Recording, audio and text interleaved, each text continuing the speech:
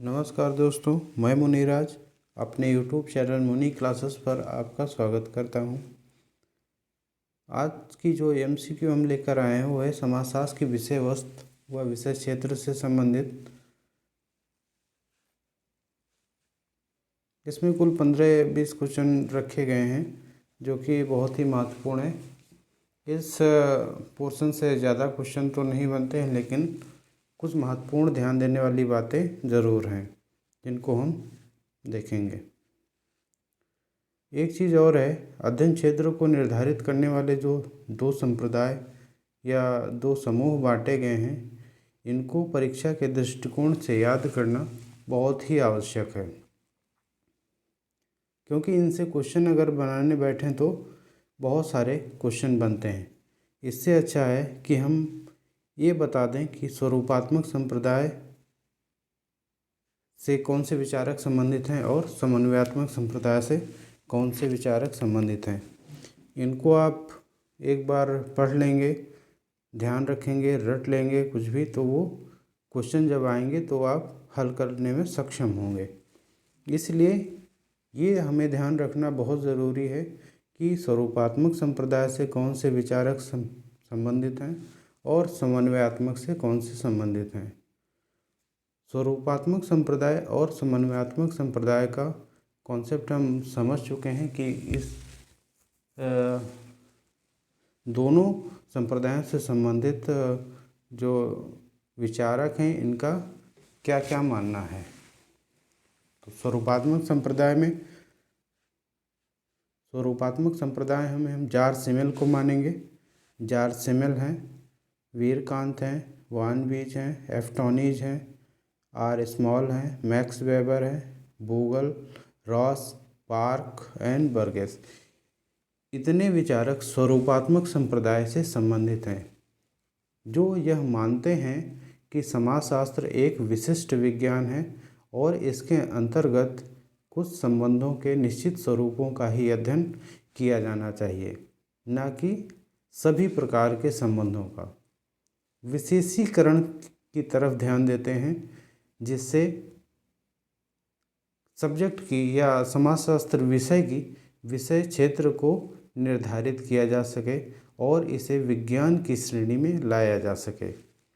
दूसरी तरफ समन्वयात्मक संप्रदाय है, जो समाजशास्त्र को एक सामान्य विज्ञान के रूप में देखता है और ये मानता है कि समाजशास्त्र के अंतर्गत सभी प्रकार के संबंधों का अध्ययन होना चाहिए, न कि कुछ विशिष्ट प्रकार के संबंधों का।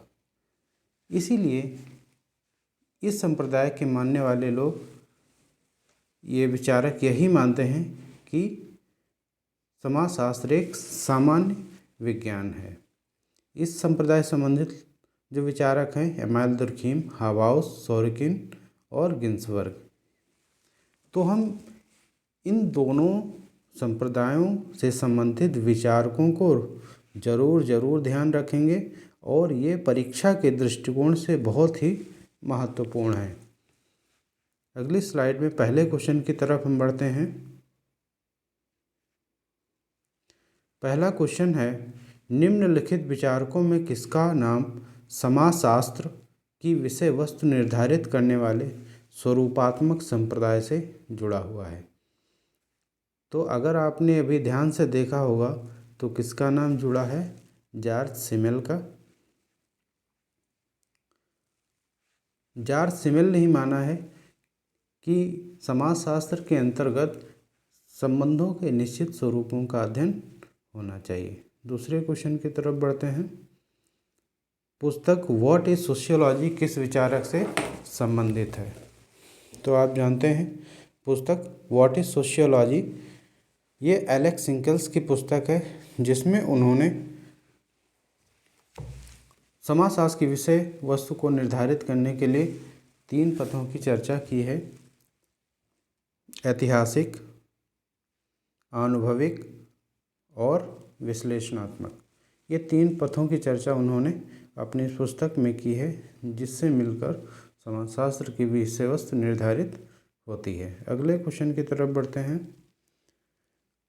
समाजशास्त्र की विषय वस्तु को सामाजिक रचनाकार, सामाजिक दैहिकी तथा सामान्य समाजशास्त्र के रूप में किसने प्रतिपादित किया है। ये भी बहुत महत्वपूर्ण क्वेश्चन है और कई विभिन्न एग्जाम्स में पूछा जा चुका है। सामाजिक रचनाकार या तो इसका आंसर क्या होगा, दुर्खीम होगा। आप जानते हैं कि सामाजिक रचनाकार इसमें उन तत्वों को दुर्खीम ने रखा है जो समाज के स्वरूप का निर्धारण करते हैं। सामाजिक दैहिकी में उन कार्यों को रखा है जिनसे समाज चलता हुआ दिखाई देता है, चल रहा है। यह सामान्य समाजशास्त्र के अंतर्गत उन्होंने समाज के जो सामान्य नियम हैं उनको रखा है कि इन सब को मिलाकर समाजशास्त्र की विषय वस्तु का निर्माण होता है। अगले क्वेश्चन की तरफ, किस समाजशास्त्री ने समाजशास्त्र को विशेष विज्ञान माना है? विशेष विज्ञान माना है। तो ऐसे क्वेश्चन थोड़ा सा बदल करके क्वेश्चन दे देगा तो आप कंफ्यूज मत होइएगा। सबसे बड़ी बात है कि आपको वो दो संप्रदाय, दो ग्रुप्स ज़रूर याद रखने हैं कि कौन थिंकर या कौन सा विचारक किस समूह से संबंधित है, तो आपको कन्फ्यूज़न नहीं होगी क्वेश्चन हल करने में। ये क्वेश्चन कहता है किस समाजशास्त्री ने समाजशास्त्र को विशेष विज्ञान माना है? विशेष विज्ञान माना है, तो विशेष विज्ञान किसने माना है? स्वरूपात्मक संप्रदाय ने माना है। और स्वरूपात्मक के अंतर्गत कौन आता है? आप जानते हैं मैक्स वेबर। मैक्स वेबर स्वरूपात्मक संप्रदाय के अंतर्गत आते हैं और स्वरूपात्मक संप्रदाय के सभी विचारकों ने ये माना है कि समाजशास्त्र एक विशेष विज्ञान है। अगले क्वेश्चन की तरफ, यथारूपेण या स्वरूपात्मक संप्रदाय के समर्थक विचारक कौन है? अब देखिए शब्दों को थोड़ा सा बस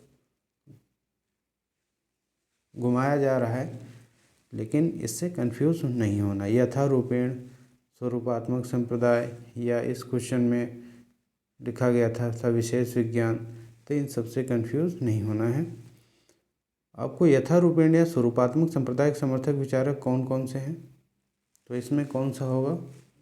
मैक्स वेबर। ये आपका क्वेश्चन सही होगा। अगला क्वेश्चन की तरफ बढ़ते हैं। ह्यूमन सोसाइटी नामक पुस्तक के लेखक कौन है? Kingsley Davis. ह्यूमन सोसाइटी नामक पुस्तक के लेखक कौन है? Kingsley Davis. अगला क्वेश्चन है, समाजशास्त्र की विषय वस्तु और उसके अध्ययन क्षेत्र के मुद्दे पर समाजशास्त्री दो संप्रदायों में विभाजित हैं। निम्नलिखित में से विचारकों का कौन सा सेट स्वरूपात्मक संप्रदाय का सही प्रतिनिधित्व करता है? तो आप देखेंगे ए ऑप्शन है हाबाउस, बी स्मेल्सर और टॉनीज, ये एक ग्रुप है। बी ऑप्शन है Ginsberg, Durkheim, Max Weber. C option है Durkheim, Smelser, Sorokin. D option है सिमेल, मैक्स वेबर और टॉनीज। स्वरूपात्मक संप्रदाय से कौन संबंधित है? D option, Simmel, Max Weber व टॉनीज। अगले क्वेश्चन की तरफ बढ़ते हैं। अगला क्वेश्चन है, किस विचारक ने सर्वप्रथम समाजशास्त्र की विषय वस्तु को अन्य विषयों की विषय वस्तु से पृथक किया? किसने? Max weber. अगस्ट कॉम्ट ने सर्वप्रथम समाजशास्त्र की विषय वस्तु को अन्य विषयों की विषय वस्तु से पृथक करके देखा था। अगला क्वेश्चन है, मैक्स वेबर ने समाजशास्त्र की विषय वस्तु निम्नलिखित में से किसे माना है?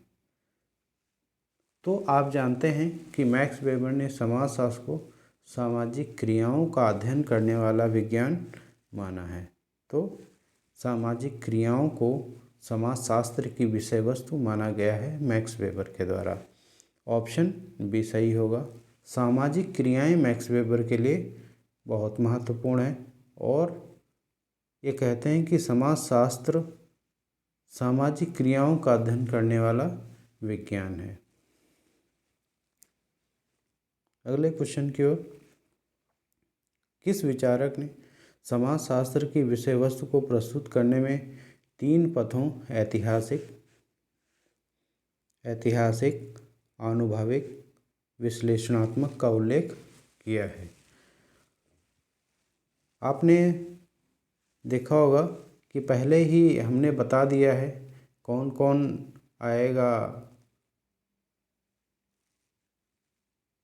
लेकिन अगर हम इस क्वेश्चन को देखते हैं तो ऐतिहासिक, अनुभविक और विश्लेषणात्मक का उल्लेख किसने किया है? एलेक्स हिंकल्स ने।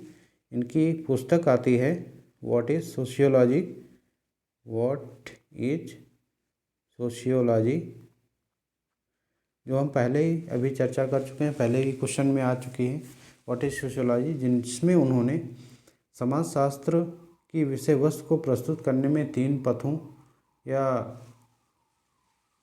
तीन प्रकार के समाजशास्त्र, ऐतिहासिक, अनुभविक और विश्लेषणात्मक का उल्लेख किया है। ऐतिहासिक में उन्होंने यह बताया है कि हमें उन मुद्दों पर या उन विषयों पर ध्यान देना चाहिए जो हमारे क्लासिकल या पूर्व के विचारकों ने लिखा है, जिन पर या जिनको केंद्र बिंदु माना है। और अनुभविक के अंतर्गत वे यह मानते हैं कि आज के दौर में किन मुद्दों पर अध्ययन किया जा रहा है। और विश्लेषणात्मक में वह मानते हैं कि किन विषयों को समाजशास्त्र के अंतर्गत लाया जा सकता है। तो ऐतिहासिक, अनुभविक और विश्लेषणात्मक को मिलाकर वे समाजशास्त्र की विषय वस्तु का निर्धारण करने का प्रयास करते हैं। अगला क्वेश्चन है, समाजशास्त्रियों के लिए सामाजिक इंजीनियर संबोधन किसने प्रस्तुत किया है? इसमें एमाइल दरखीम होगा। समाजशास्त्रियों के लिए सामाजिक इंजीनियरिंग, जो समाज को वैज्ञानिक ढंग से अध्ययन करते हैं, उन्हीं को दुर्खीम ने सामाजिक इंजीनियर की संज्ञा दी है या सामाजिक इंजीनियर से संबोधित किया है। अगला क्वेश्चन है, निम्नलिखित में से समाजशास्त्र के औपचारिक संप्रदाय से किसका नाम संबंधित है? औपचारिक संप्रदाय, अब यहाँ भी थोड़ा सा कंफ्यूज करने वाला है, लेकिन स्वरूपात्मक संप्रदाय को फॉर्मल स्कूल कहा जाता है। क्या? फॉर्मल स्कूल कहा जाता है। तो उसी को उन्होंने औपचारिक संप्रदाय या स्वरूपात्मक संप्रदाय कहा है। तो निम्नलिखित में से समाजशास्त्र के औपचारिक संप्रदाय से किसका नाम संबंधित है? तो आपको अगर ये फॉर्मल स्कूल नहीं पता होगा, इसको बोला गया है, स्वरूपात्मक संप्रदाय को फॉर्मल स्कूल भी बोला गया है कि स्वरूपों का अध्ययन करने वाला विज्ञान होना चाहिए, इसीलिए इसको औपचारिक संप्रदाय कहा गया है। किसका नाम संबंधित है इससे? जॉर्ज सिमेल का नाम इससे संबंधित है। अगला क्वेश्चन है, समाजशास्त्र की विषय वस्तु को शुद्ध समाजशास्त्र, व्यावहारिक समाजशास्त्र तथा अनुभवपरक समाजशास्त्र में किसने विभाजित किया है? शुद्ध समाजशास्त्र, प्योर सोशियोलॉजी, व्यावहारिक समाजशास्त्र और अनुभवपरक समाजशास्त्र। ये आपका आंसर होगा बी, एफ टॉनिज। समाजशास्त्र की विषय वस्तु को शुद्ध समाजशास्त्र, व्यावहारिक समाजशास्त्र तथा अनुभवपरक समाजशास्त्र में एफ टॉनिज ने बांटा है।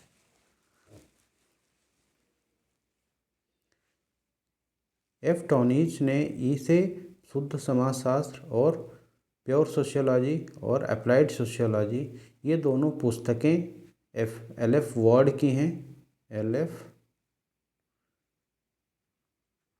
की हैं, लेकिन अगर अवधारणा पूछे कि अवधारणा किसकी है तो टॉनिज की है। अगर ये दो बुक्स आ जाएं, शुद्ध समाजशास्त्र और व्यावहारिक समाजशास्त्र means pure sociology and applied sociology, तो एल.एफ. वॉर्ड की पुस्तकें होंगी।